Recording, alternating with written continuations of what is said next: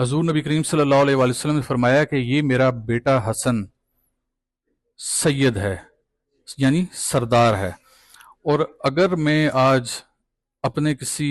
لخت جگر کو، اپنے بچوں میں سے کسی کو اپنے مریدین کے سامنے نومینیٹ کروں اور اس کا ہاتھ میں پکڑوں، اس کو اپنے کندھوں پر بٹھا کر لاؤں، تو اس کا مطلب یہ ہے کہ یہ جو پیر جو مجسمے کی صورت میں آپ کے سامنے کھڑا ہوتا ہے، بظاہر جب یہ آپ آتا ہے تو اس کو آپ بڑے عزت و تعظیم سے نوازتے ہیں، ہاتھ بھی چومتے ہیں، گھٹنوں کو بھی ہاتھ لگاتے ہیں، لیکن اگر میں اس سارے معاملے میں کسی شخص کو، کسی ہستی کو، کسی بچے کو اپنے کندھوں پر بٹھا کر آپ کے سامنے پیش کروں تو اس کا مطلب یہ ہے کہ میں آپ کے لیے قابل تعظیم ہوں گا،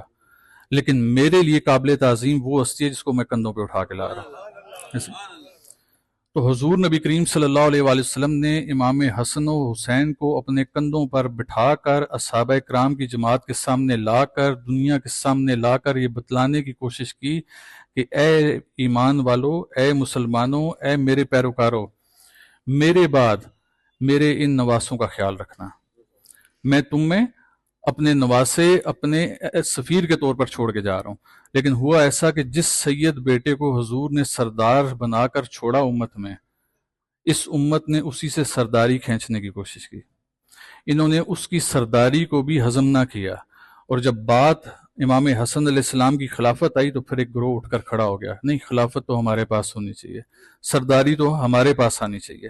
اگر اس وقت امت حضور نبی کریم صلی اللہ علیہ وآلہ وسلم کے بتائے ہوئے رستے کو اختیار کر لیتی، امام حسن علیہ السلام کو سردار مان لیتی، تو آج جس زبوں کا شکار امت مسلمہ، یہ آج کبھی ایسے زبوں کا شکار نہ ہوتی۔ آج ہم نامراد ہیں، ہماری بات سننے والا کوئی نہیں ہے، جہاں پر آپ جائیں آپ کبھی پاکستان والا پاسپورٹ اٹھا کے لے کے چلے جائیں جس کے اوپر اسلامی جمہوریہ لکھا ہو، آپ کسی اور مسلم ممالک کے ساتھ آپ کا تعلق ہو، آپ دنیا جہان میں پھرنے کے لیے چلے جائیں تو آپ کو روک لیا جائے گا۔ باہر کے پاسپورٹ ہولڈرز کو فوقیت دی جاتی ہے،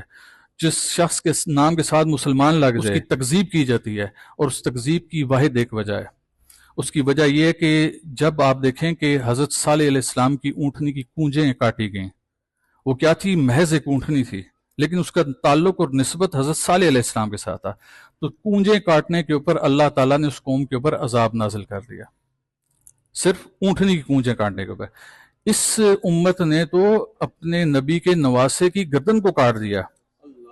اپنے نبی کے نواسے کی سرداری کو تسلیم نہیں کیا، تو سوچیں کیا اس امت کو پر اللہ کا عذاب نہیں ہوگا؟